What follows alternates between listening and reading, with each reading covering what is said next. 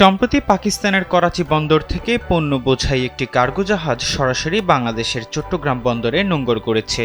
বুধবার এই জাহাজটি বাংলাদেশে পৌঁছায় বলে জানায় পাকিস্তান হাইকমিশন। দুই দেশের মধ্যকার এ সমুদ্র বাণিজ্যকে ঐতিহাসিক মাইল ফলক বলে অভিহিত করছেন ব্যবসায়ীরা।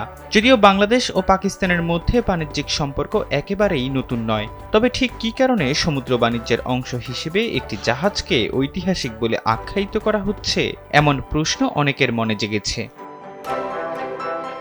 মূলত ১৯৭১ সালে পাকিস্তানের কাছ থেকে স্বাধীনতা লাভের পর দুই দেশের মধ্যে সমুদ্র যোগাযোগ একেবারেই বিচ্ছিন্ন হয়ে গেছে। এরপর এই প্রথমবারের মতো পাকিস্তানের কোনো জাহাজ বাংলাদেশে নোঙর করেছে। একমাত্র ওয়ালটন এসি দিচ্ছে ১ বছরের রিপ্লেসমেন্ট গ্যারান্টি। বলা হচ্ছে বাংলাদেশ ও পাকিস্তানের মধ্যকার প্রথাগত জটিল কূটনৈতিক সম্পর্কের মধ্যে এটি একটি ঐতিহাসিক পরিবর্তন নিয়ে এসেছে। ব্রিটিশ সংবাদ মাধ্যম দ্য ইন্ডিপেন্ডেন্টের প্রতিবেদনে বলা হয়, এই ঘটনা ভারতপন্থী হাসিনা সরকারের ক্ষমতাচ্যুতির পর ডক্টর ইউনূসের নেতৃত্বাধীন অন্তর্বর্তী সরকারের অধীনে ঢাকা ও ইসলামাবাদের সম্পর্ককে আরও উষ্ণ করার ইঙ্গিত দেয়। ব্রিটিশ সংবাদ মাধ্যমটি বলছে, স্বাধীনতার পর বাংলাদেশ ভারতের সঙ্গে গভীর সম্পর্ক তৈরি করে। এরপর এই দুই দেশের মধ্যে গড়ে ওঠে বিশাল বাণিজ্যিক সম্পর্ক। বর্তমানে বাংলাদেশের সঙ্গে ভারতের সবচেয়ে বেশি বাণিজ্য হয়, আর এই সম্পর্ক আরও বাড়ে শেখ হাসিনার সময়ে।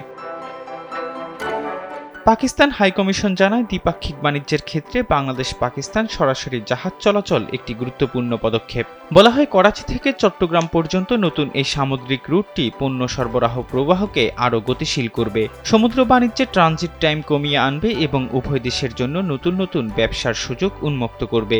ঢাকায় নিযুক্ত পাক হাইকমিশনার সৈয়দ আহমেদ মারুফ জানান, দুই দেশের মধ্যে প্রথমবারের মতো সরাসরি সামুদ্রিক যোগাযোগ সরাসরি বাণিজ্যের ক্রমবর্ধমান চাহিদাকে তুলে ধরে।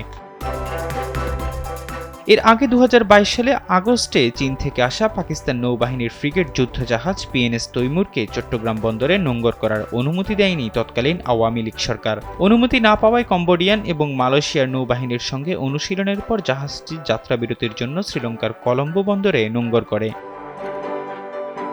এহসান আব্দুল্লাহ, কালবেলা ডেস্ক।